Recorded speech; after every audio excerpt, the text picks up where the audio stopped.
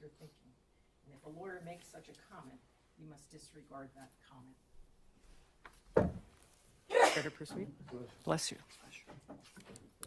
Thank you, Your Honor. Good afternoon again, ladies and gentlemen.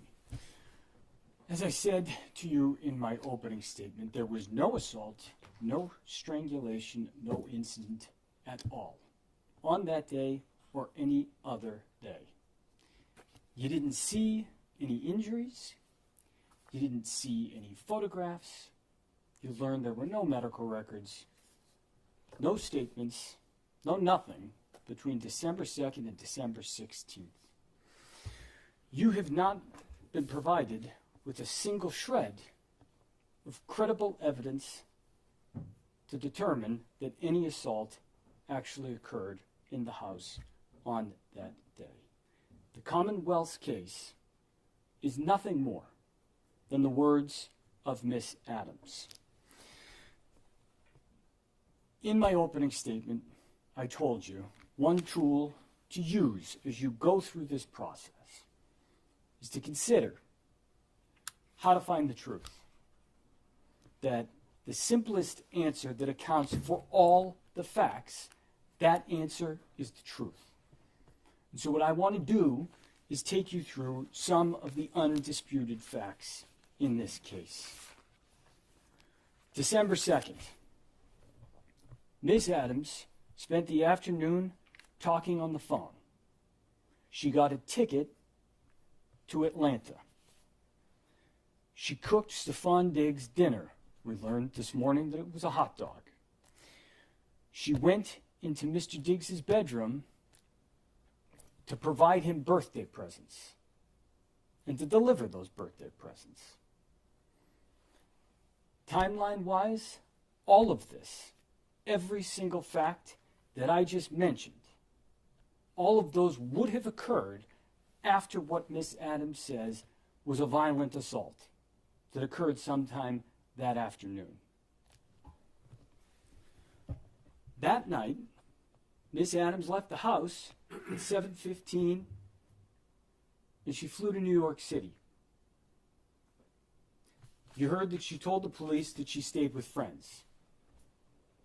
You heard her describe whose friends they were. But you also heard her say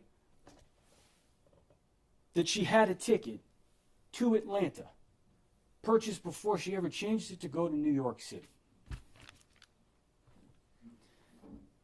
You saw videos of Miss Adams when she arrived in New York. You heard from the woman who picked her up from the airport, who also saw Miss Adams when she arrived in New York. You saw video and heard from Tali Moses, who spent the entire week with Miss Adams in New York.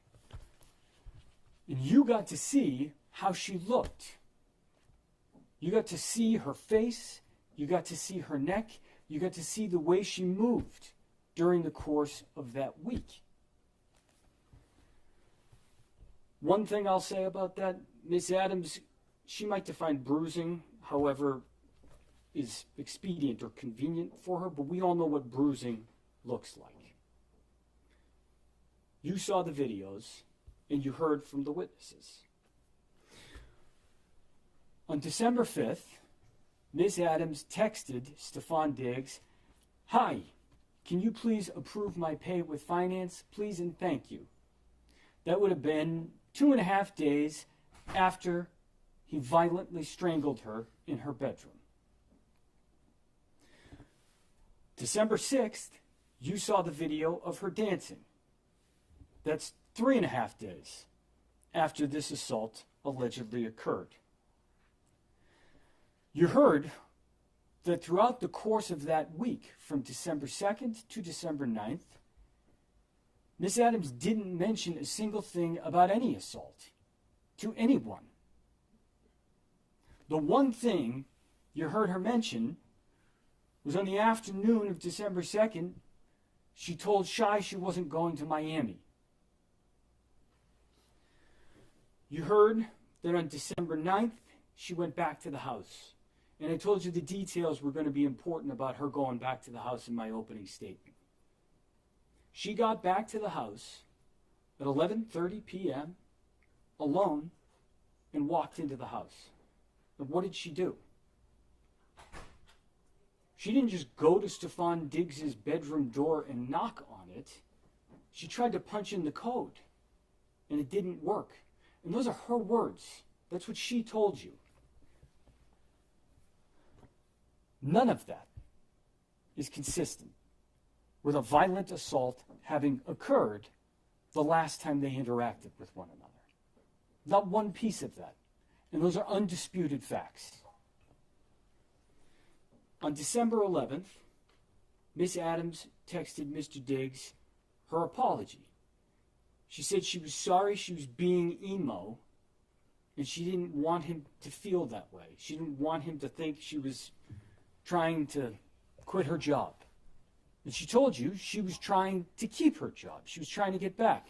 She also told the police 5 days later, that she had quit her job on December 2nd. We know that that was a lie. Not just from the fact that she actually told you that that was a lie, but from the actual evidence that you have in this case that is undisputed. That evidence goes on. She told Mr. Diggs's girlfriend that she didn't say any of that to the police, meaning what she told the police, that she didn't accuse Mr. Diggs of assault. And that wasn't true. She also, a month later, told the world that she had never demanded money. And that also wasn't true. Now, more undisputed facts. Miss Adams was paid for November. At first she didn't admit that. She ended up saying they worked it out. She got paid for 2-3 weeks. And we actually got an answer today on why she wasn't paid for a full month. Because she was in Tobago with Shy Charles. You heard from Melissa Goddard, Miss Adams was paid up. The non-disclosure agreement. Ms. Goddard talked to you about that. And you heard about that from Miss Adams. I want you to look at the text message in Exhibit 4. It's on page 195. We talked about it a little bit yesterday afternoon. But this is another undisputed fact, and it's very important. Because despite what Miss Adams told the police on December 16th, and told you at times yesterday, on December 13th, 2025, Miss Adams says what she thinks the NDA is about. And she says, you sitting here playing in my face, 700 comments. If I told someone why it's not in the blog, you believe it, meaning Mr. Diggs, and now sign an NDA. Send me my money. You sitting here playing in my face. Miss Adams wants you to believe she wouldn't tell Shy Charles because Shy Charles knew Mr. Diggs. That requires you to completely ignore the fact that she chose freely and willingly to go to New York to stay with Shy Charles.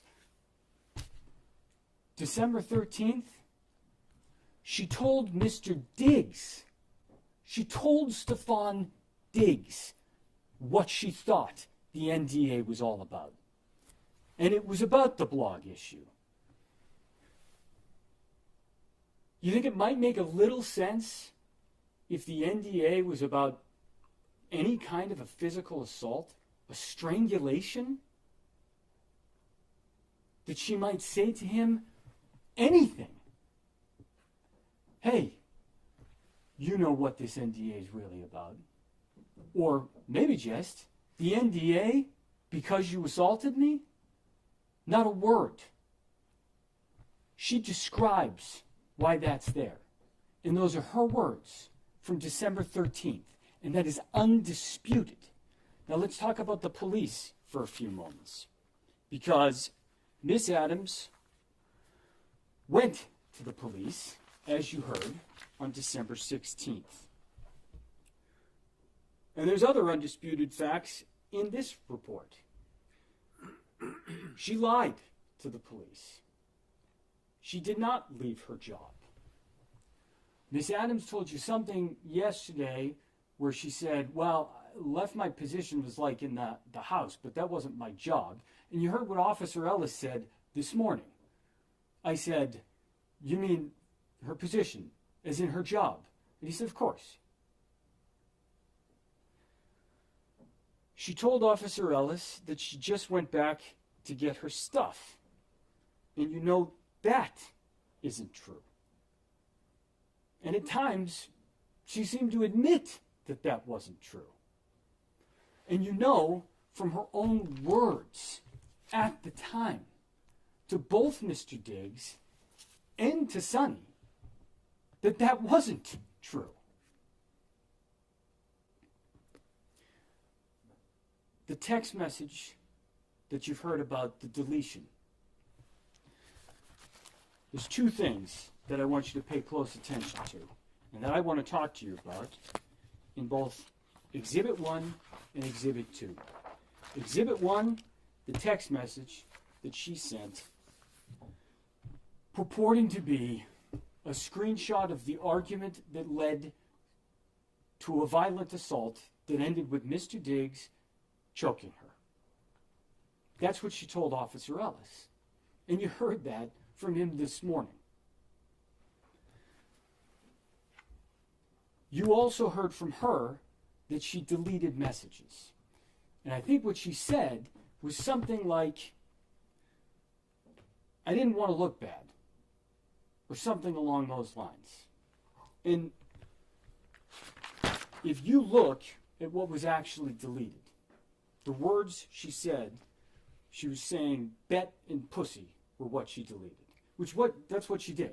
She did delete those messages, right? Those are not in the text messages that she provided to Dedham Police. But more importantly, what she actually deleted that wasn't about making her look bad or not, it was right after the words, I'm out of your life. And it said, and ruining that bitch life. And then you can actually go to Exhibit 2 and look, there's a fairy emoji she sent. And why that's important is because, as you heard from Officer Ellis this morning, it'd be important to know if somebody deleted messages. It'd be important to see the full picture. And that message right there, and ruining that bitch life, apologies for the language, with the fairy emoji, you think that might have prompted the question, hey, who's that bitch? She answered the question for you yesterday. It was Lindsay. The argument wasn't about money. You have it in evidence. And Miss Adams later admitted that. These lies to the police, the fact that they are undisputed, why? Look at all of those facts. They're undisputed in the record. They are all there. If you remove from those facts one thing, that an assault occurred, they all make sense. If you plug in that she was assaulted that afternoon before all of this happened, before everything I just read to you, none of it makes sense. Why would a person who was just strangled go down to the kitchen, chat on the phone, and not have a single mark on their face or look even remotely bothered? Why would that same person cook dinner for the man who just did it? Why would that same person knock on his bedroom door and deliver 2 birthday presents? Why would she act the way she did for the next week And then why lie about it repeatedly to the police? And what ended up happening next, just chronologically, gives away the game on that. Because what you heard is that only a couple weeks later, her mediator made a demand for money. And if you plug that fact in, now it all makes perfect sense. We have provided evidence to you. We have presented evidence. We have called witnesses. As I said, we're doing so in order to give you the fullest picture of December 2nd and of what happened or did not happen. And think about that for one moment. How do you prove a negative? It's basically impossible, right?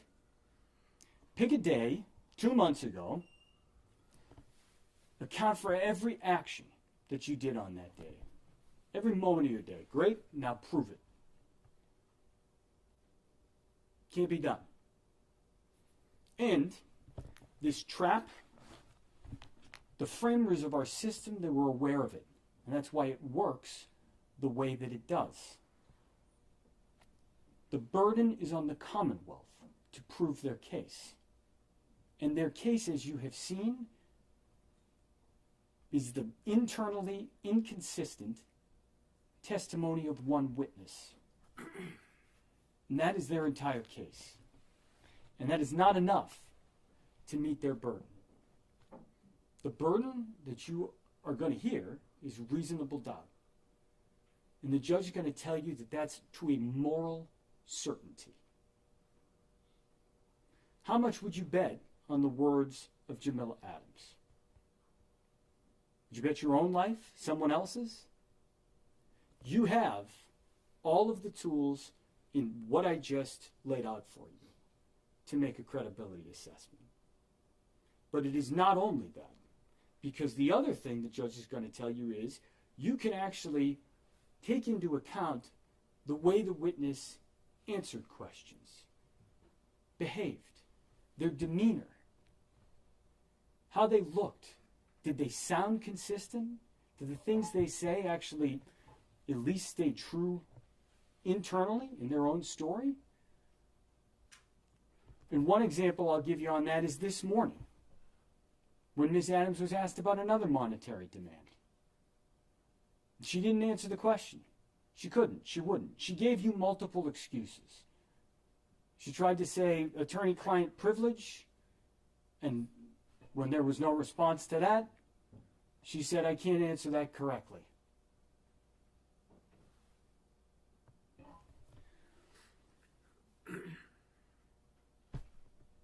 Take the way she answered questions into account, but line it up against the facts that you know that you have, because that's how you got to make a decision, on facts, on evidence.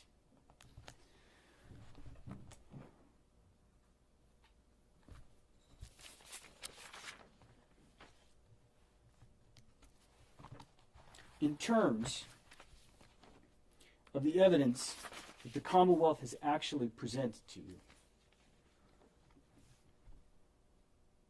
what they have presented to you are the claims of one person.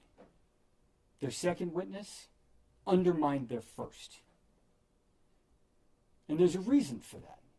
There's a reason they had absolutely nothing to corroborate this allegation, which, one thing I will say about the assault and battery, she described Mr. Diggs slapping her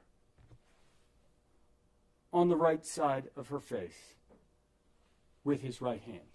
And she actually demonstrated it for you. But the problem is that's a physical impossibility. And the reason I would suggest to you that that demonstration didn't go quite well is because sometimes people miss their mark. Sometimes actors forget the script. What you do not have before you is anything that you can base a firm decision on, unless that decision is that the Commonwealth has not proved its case. The Commonwealth has an opportunity to speak to you after I do. And you heard the Commonwealth question some witnesses about working for Mr. Diggs. There's a number of people who were called as witnesses. We tried to be as quick as possible. It's not terribly exciting to hear a witness talk about how they heard and saw nothing. But for a moment, stop and think and ask yourself, if you were accused of having something happen at your house on some random day 3 weeks ago, who would be there with you? The people closest to you. It'd be your family, the people who are in your house all the time. And for Mr. Diggs, we talked about that. That's staff. That's Miss Salas. That's all the people that you heard from.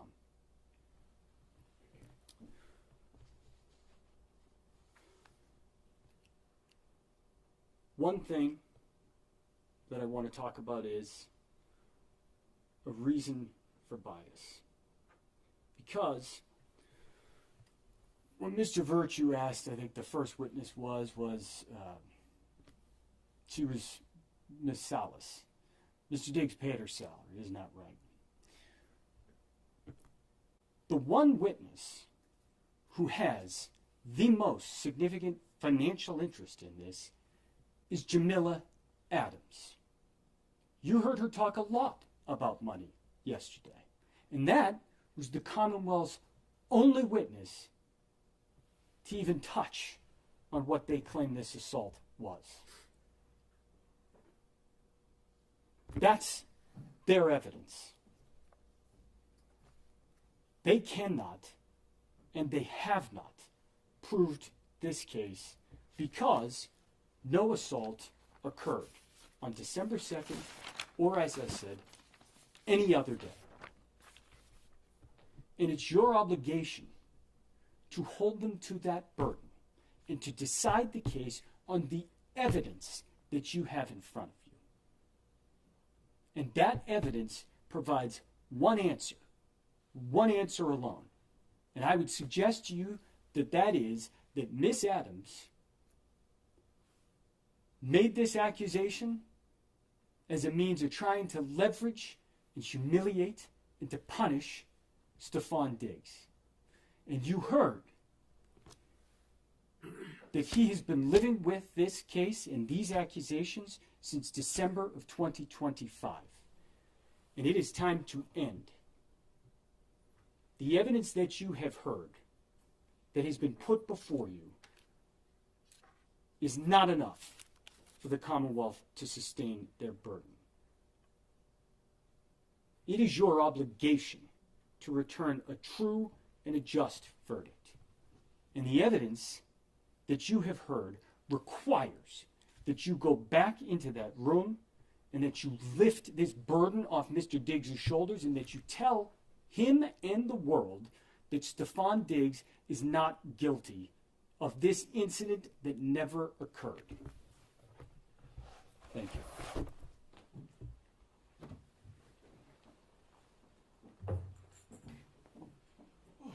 Good afternoon. Feels like it's been a little while since last time I talked to you guys directly. So,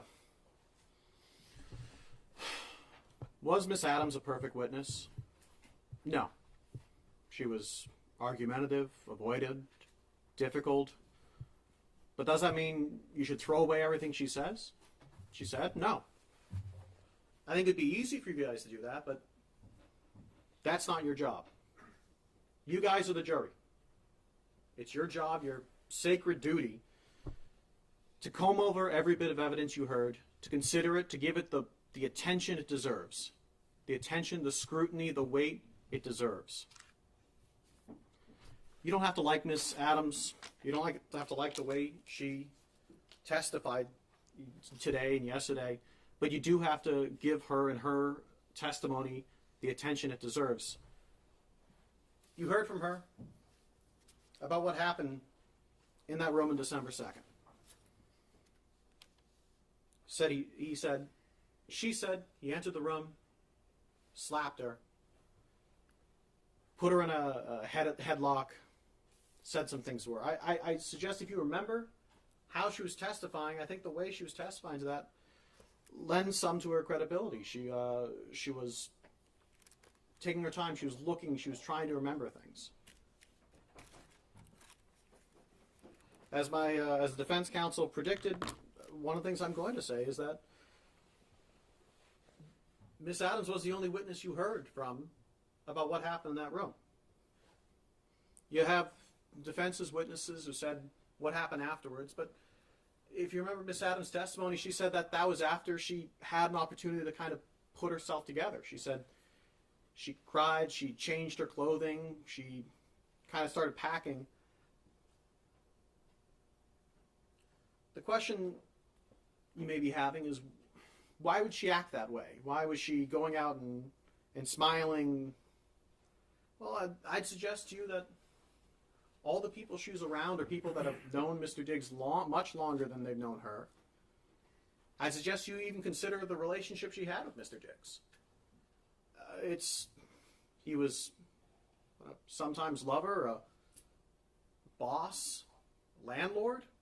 He was a athlete, a celebrity, financially powerful, surrounded by people that were all on his payroll that liked him.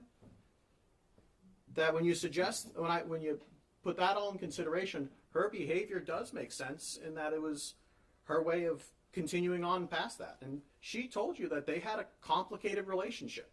She said they argued all the time. So that might also make sense as to why she texted them afterwards saying, hey, trying to make amends or trying to figure things out, why she gave the birthday present afterwards. In this case, you heard 4 kind of things, right? You heard things that weren't evidence. The openings, these closings, questions, things that were stricken, those are things that aren't evidence. They can kind of give you some context, but those aren't the evidence in and of themselves. You heard the actual evidence. That was the testimony from the witnesses, the videos, photos, and you'll be able to see also all those text messages. The third thing you're going to hear, so things that aren't evidence, things that are evidence, and the law. The judge gave you some preliminary law at the start of the case. She's going to now, once the closings are done, instruct you on the full law. I ask that you give her the same attention that you've given to all the evidence, and you've given the same attention to both attorneys during their closing. You give the judge that attention when she reads the law. And there's a fourth thing that you're going to need to pay attention and listen to and consider, and that's each other. When you guys are done here, once I finish, once the judge reads the law to you guys, it'll be your job to go into that room and deliberate on this case. When you go in that room, it's up to you guys how you want to run it. There's no manual, there's no guide, there's no schedule of how you guys are going to come to your decision and reach your verdict. And no one is going to make sure you're doing it one way. What I would suggest you guys do, and you guys can do whatever you want, this is just my suggestion to you. What I suggest you guys do is you don't go in there and just say, all right, let's take a poll right off the bat. I suggest you guys take the time, go over all the evidence, go over each witness, talk about each witness, try and do it both ways back and forth for every witness, not just the Commonwealth's defense as well. Go over every bit of evidence. Really take the time that this case deserves. And also listen to each other. I'd suggest as much as you can, make sure if there's someone that's not saying anything, make sure you get to hear from them as well. As I said at the start of this case, that every bit of evidence is important, and that's true. I'd hope that if you guys fairly treat every bit of evidence the attention it deserves, give the analysis, the scrutiny for all the witnesses, all the evidence, and talk amongst yourselves, that you guys will come to the correct verdict. And I would suggest that verdict is the verdict of guilty on all counts. Thank you very much. Sure.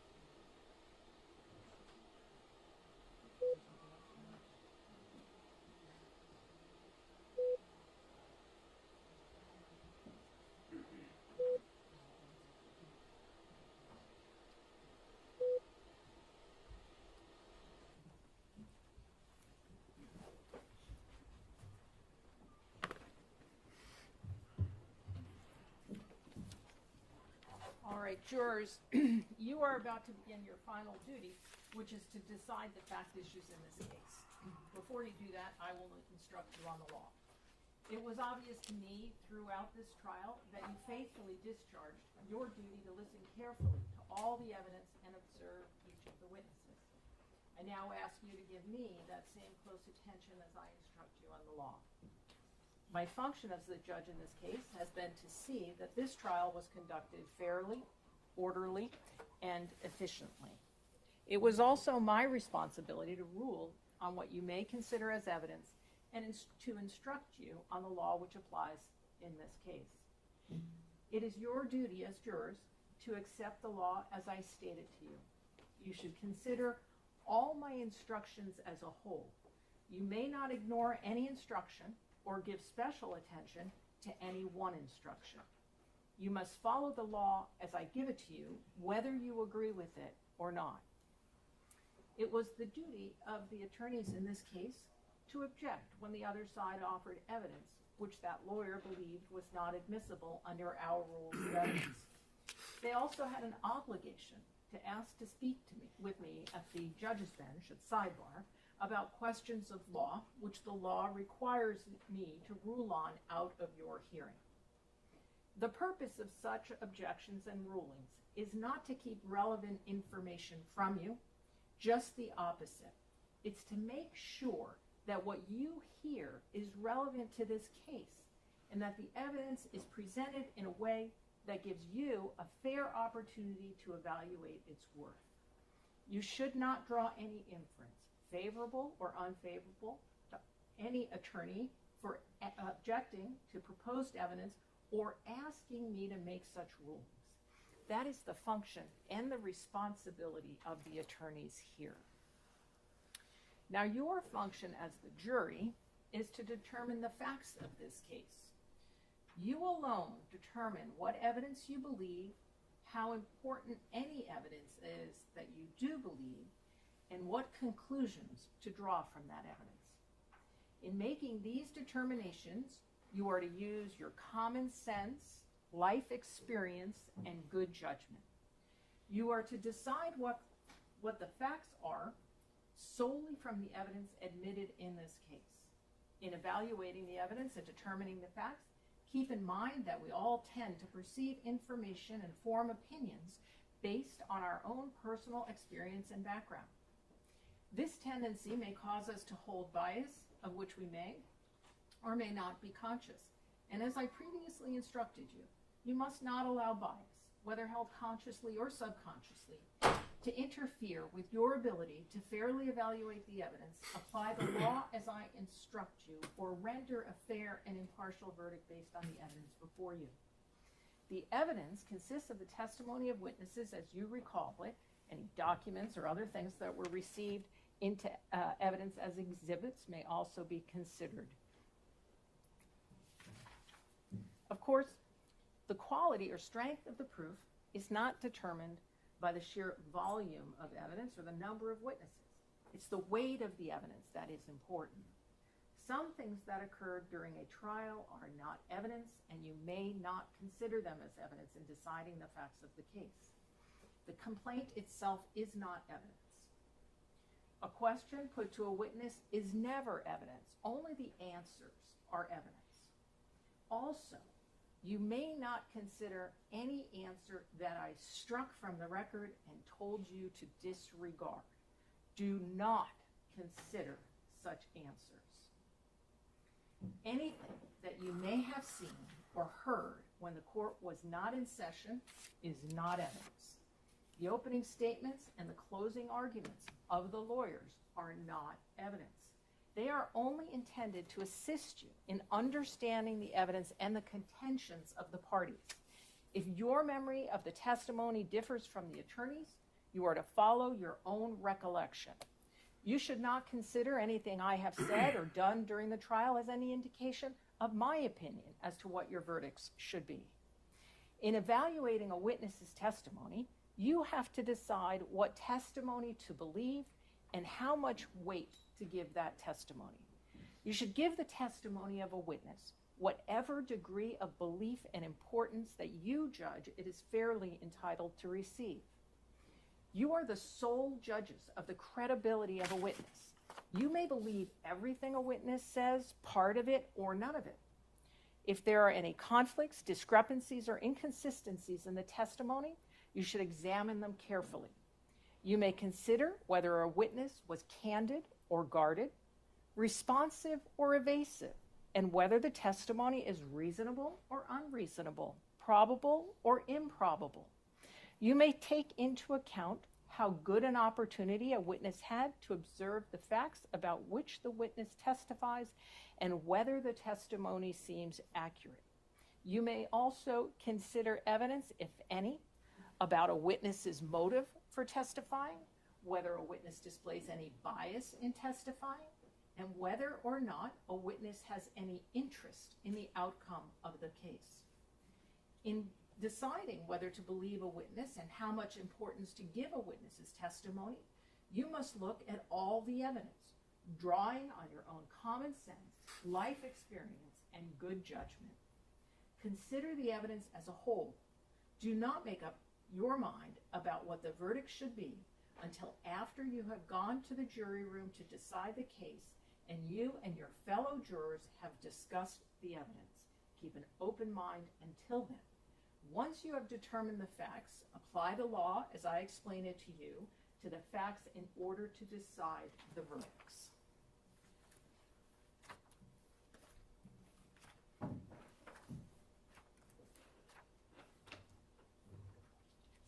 Now, there are two types of evidence which you may use to determine the facts of a case: direct evidence and circumstantial evidence. You have direct evidence where a witness testifies directly about the fact that is to be proved based on what he claims to have seen or heard or felt with their own senses, and the only question is whether you believe the witness. You have circumstantial evidence where the witness cannot testify directly about the fact that is to be proved, but you are presented with evidence of other facts, and you are then asked to draw reasonable inferences from them about the fact which is to be proved. Let me give you an example. Your daughter might tell you one morning she sees the mail carrier mailbox. That's direct evidence that the mail carrier has been to your mailbox. On the other hand, she might tell you only that she sees mail in the mailbox. That's circumstantial evidence that the mail carrier has been there. No one's seen the mail carrier, but you can reasonably infer that the mail carrier has been there since there is mail in the box. The law allows either type of proof in a criminal trial. There are two things to keep in mind about circumstantial evidence. The first one is that you may draw inferences and conclusions only from facts that have been proved to you. The second rule is that any inference or conclusion which you draw must be reasonable and natural based on your common sense and experience of life. If the Commonwealth's case is based solely on circumstantial evidence, you may find the defendant guilty only if those circumstances are conclusive enough to leave you with a moral certainty, a clear and settled belief that the defendant is guilty, and that there is no other reasonable explanation of the facts as proven. The evidence must not only be consistent with the defendant's guilt, it must be inconsistent with his innocence. Whether the evidence is direct or circumstantial, the Commonwealth must prove the defendant's guilt beyond a reasonable doubt from all the evidence in the case. Now,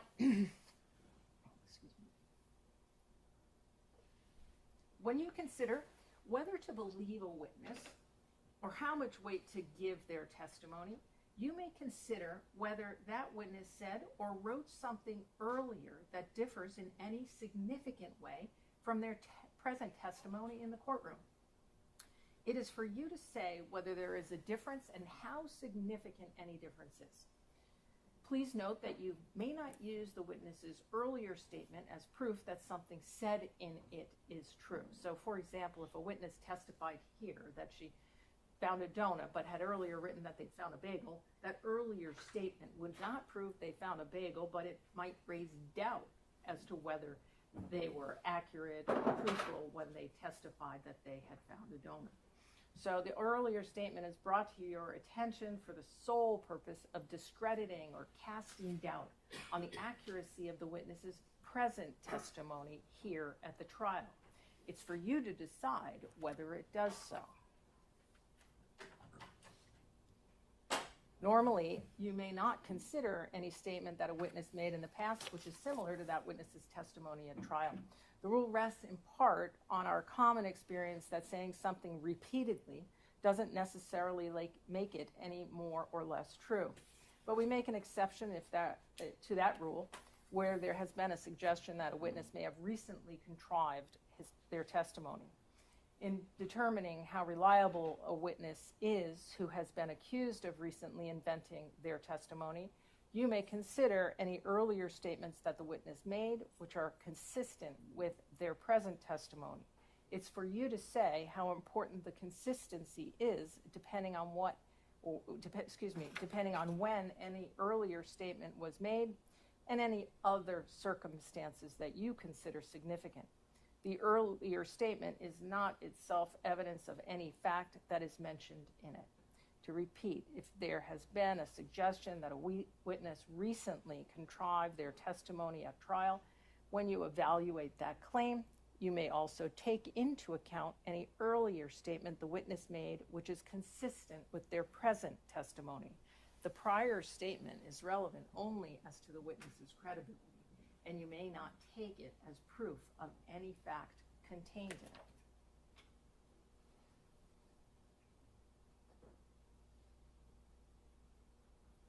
At this trial, you may have noticed that the defendant did not testify. The defendant has an absolute right not to testify, since the entire burden of proof, in this case, is on the Commonwealth to prove that the defendant is guilty. It is not up to the defendant to prove that he is innocent. The fact that the defendant did not testify has nothing to do with the question of whether he is guilty or not guilty. You are not to draw any adverse inference against the defendant because he did not testify.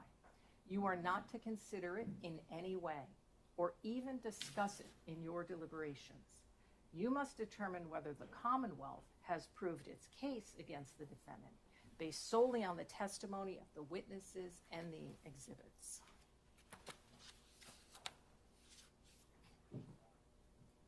As I have told you, the complaint against the defendant is only an accusation. It is not evidence. The defendant has denied that he is guilty of the crimes charged in the complaint. The law presumes the defendant to be innocent of the charges against him. The presumption of innocence is a rule of law that compels you to find the defendant not guilty unless and until the Commonwealth produces evidence from whatever source that proves that the defendant is guilty beyond a reasonable doubt. This burden of proof never shifts. The defendant is not required to call any witnesses or produce any evidence since he is presumed to be innocent. The presumption of innocence stays with the defendant unless and until the evidence convinces you unanimously as a jury that the defendant is guilty beyond a reasonable doubt. It requires you to find the defendant not guilty unless his guilt has been proved beyond a reasonable doubt. Your verdict, whether it is guilty or not guilty, must be unanimous.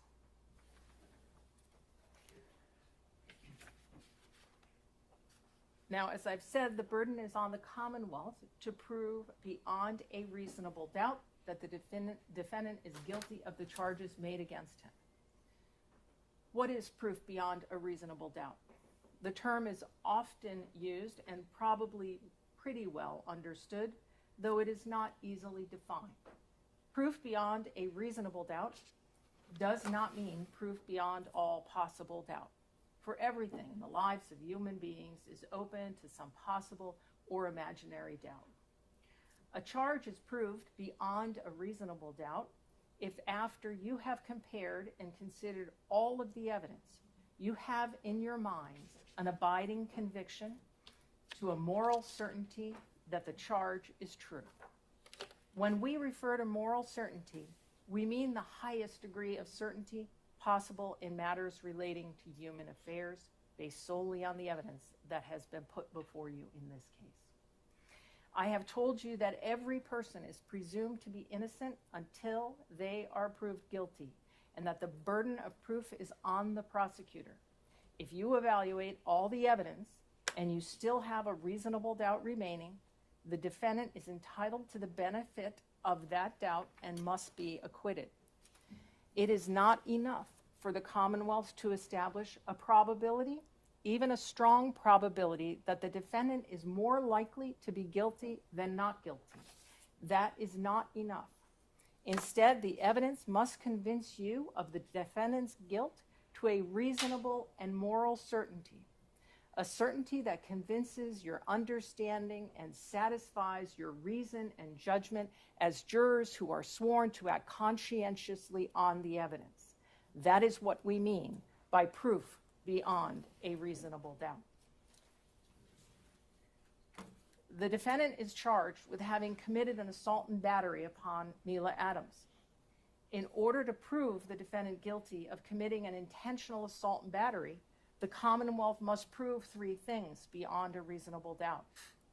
First, that the defendant touched the person of Mila Adams. Second, that the defendant intended to touch Mila Adams. And third, that the touching was either likely to cause bodily harm to Mila Adams or was offensive. To prove the first element, the Commonwealth must prove the defendant touched Mila Adams. A touching is any physical contact, however slight. A touching may be direct, as when a person strikes another, or it may be indirect, as when a person sets in motion some force or instrumentality that strikes another.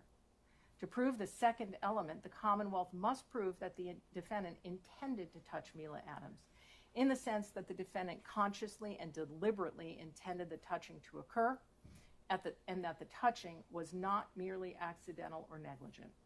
The Commonwealth is not required to prove that the defendant specifically intended to cause injury to Mila Adams. To prove the third element, the Commonwealth must prove that the touching was either likely to cause bodily harm to Mila Adams or was offensive. A touching is offensive when it is without consent. If the Commonwealth has proven all three elements beyond a reasonable doubt, you should return a verdict of guilty. If the Commonwealth has failed to prove one or more of the elements beyond a reasonable doubt, you must find the defendant not guilty. The defendant is charged with strangulation. To prove the defendant guilty of this offense, the Commonwealth must prove three things beyond a reasonable doubt. First, that the defendant intentionally applied pressure on the throat or neck of Mila Adams. Second, that the pressure was substantial.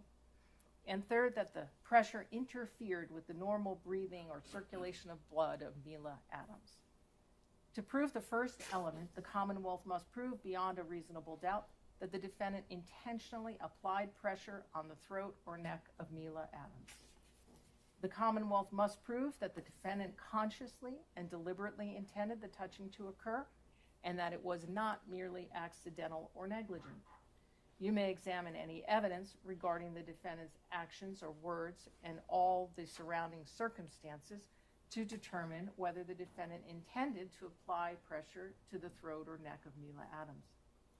To prove the second element, the Commonwealth must prove beyond a reasonable doubt that the pressure was substantial. You may consider evidence, if any, about how, where, when, and for what duration the pressure was applied, as well as any evidence of its effect or impact on Mila Adams. To prove the third element, the Commonwealth must prove beyond a reasonable doubt that the pressure that was applied interfered with the normal breathing or circulation of blood of Mila Adams.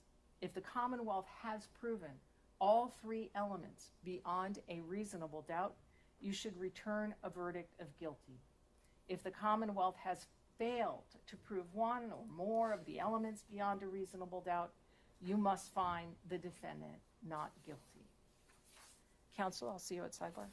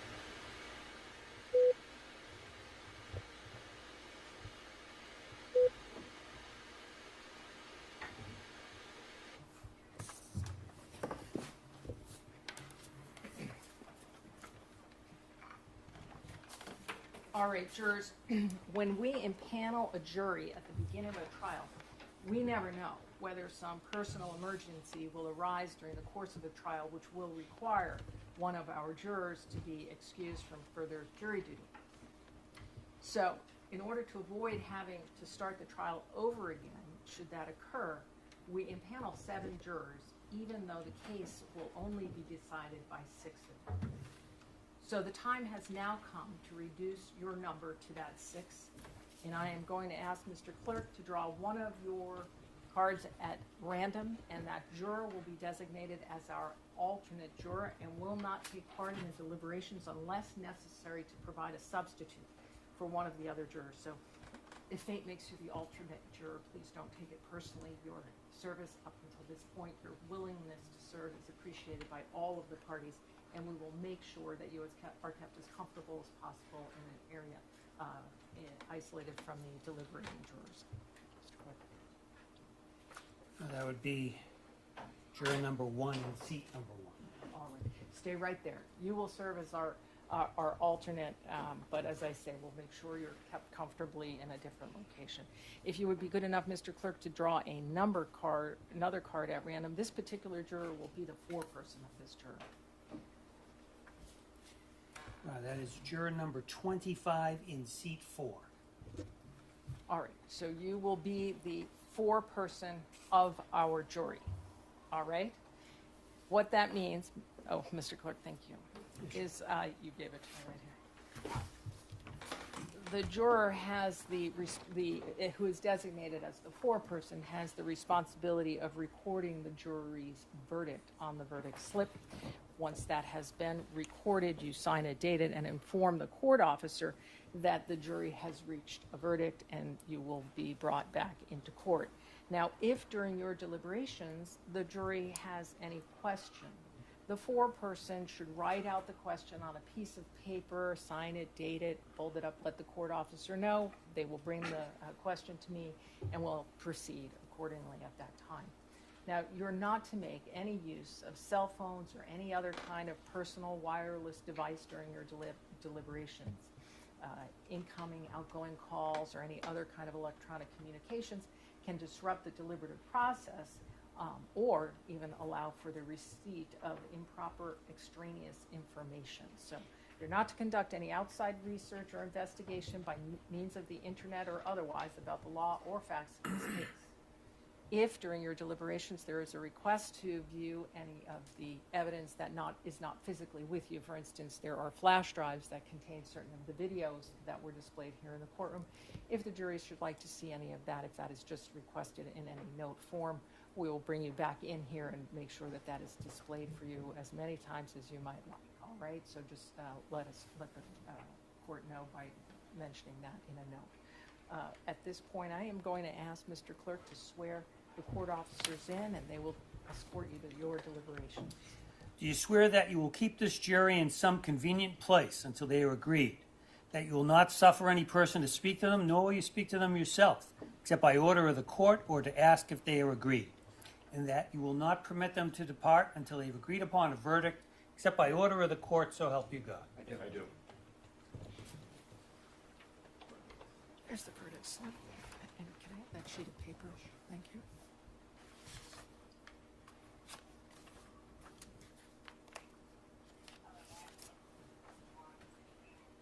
All rise.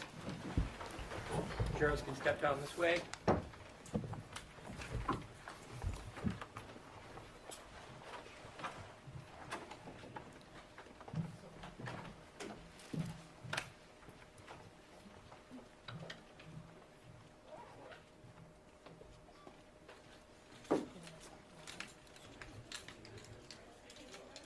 May be seated. Counsel, I'll see you over here.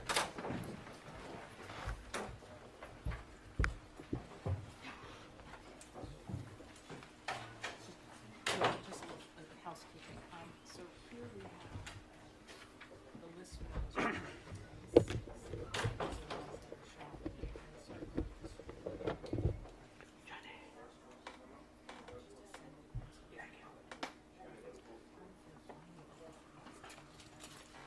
Did you kill the feed?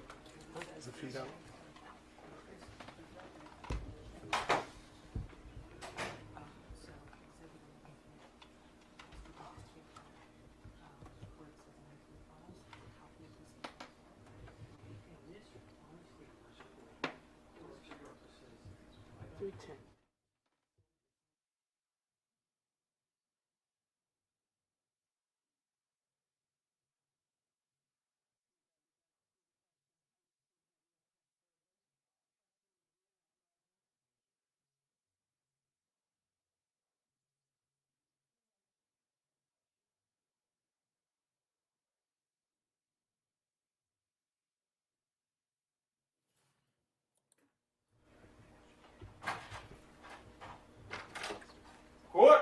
Rise.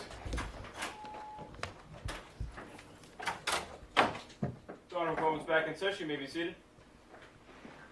On the record, Your Honor. All right, the jurors have a question. Basically, they are asking, what are the 3 criteria for assault and battery and the 3 for strangulation? So, Mr. Clerk, if you'd mark this for identification, my intention would be just to re-instruct them on the 2 offenses. No objection for the Commonwealth. All right. No objection, Your Honor. A for identification. All right, we're ready for the jurors. Yes, Your Honor. Mr. Clerk, can I have the tissues somehow? Can't leave me out here. Ready when you are.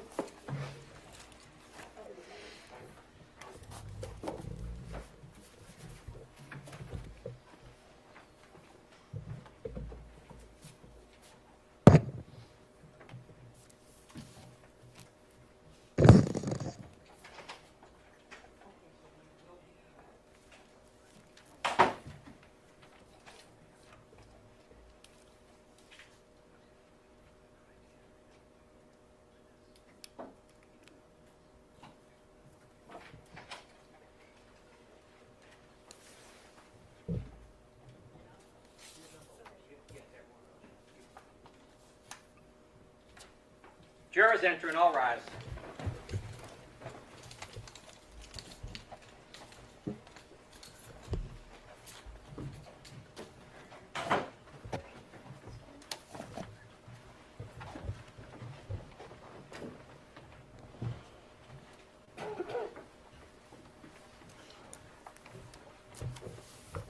May be seated.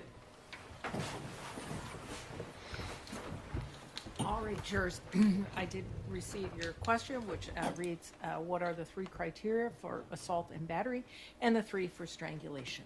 So let me begin with the assault and battery. The defendant is charged with having committed an assault and battery upon Mila Adams. In order to prove the defendant guilty of committing an intentional assault and battery, the Commonwealth must prove 3 things beyond a reasonable doubt. First, that the defendant touched the person of Mila Adams. Second, that the defendant intended to touch Mila Adams. And third, that the touching was either likely to cause bodily harm to Mila Adams or was offensive. To prove the first element, the Commonwealth must prove the defendant touched Mila Adams. A touching is any physical contact, however slight. A touching may be direct, as when a person strikes another, or it may be indirect, as when a person sets in motion some force or instrumentality that strikes another. To prove the second element, the Commonwealth must prove that the defendant intended to touch Mila Adams, in the sense that the defendant consciously and deliberately intended the touching to occur, and that the touching was not merely accidental or negligent. The Commonwealth is not required to prove that the defendant specifically intended to cause injury to Mila Adams. To prove the third element, the Commonwealth must prove that the touching was either likely to cause bodily harm to Mila Adams or was offensive. A touching is offensive when it is without consent. The defendant is charged with strangulation, and to prove the defendant guilty of this offense, the Commonwealth must prove 3 things beyond a reasonable doubt. First, that the defendant intentionally applied pressure on the throat or neck of Mila Adams. Second, that the pressure was substantial. And third, that the pressure interfered with the normal breathing or circulation of blood of Mila Adams. To prove the first element, the Commonwealth must prove beyond a reasonable doubt that the defendant intentionally applied pressure on the throat or neck of Mila Adams. The Commonwealth must prove that the defendant consciously and deliberately intended the touching to occur, and that it was not merely accidental or negligent. You may examine any evidence regarding the defendant's actions or words and all the surrounding circumstances to determine whether the defendant intended to apply pressure to the throat of or neck of Mila Adams. To prove the second element, the Commonwealth must prove beyond a reasonable doubt that the pressure was substantial. You may consider evidence, if any, about how, where, when, and for what duration the pressure was applied, as well as any evidence of its effect or impact on Mila Adams. To prove the third element, the Commonwealth must prove beyond a reasonable doubt that the pressure that was applied interfered with the normal breathing or circulation of blood of Mila Adams. If the Commonwealth has proven all three elements beyond a reasonable doubt, you should return a verdict of guilty. If the Commonwealth has failed to prove one or more of the elements beyond a reasonable doubt, you must find the defendant not guilty. With that, I will send you back to your deliberations. All rise, jurors can step down.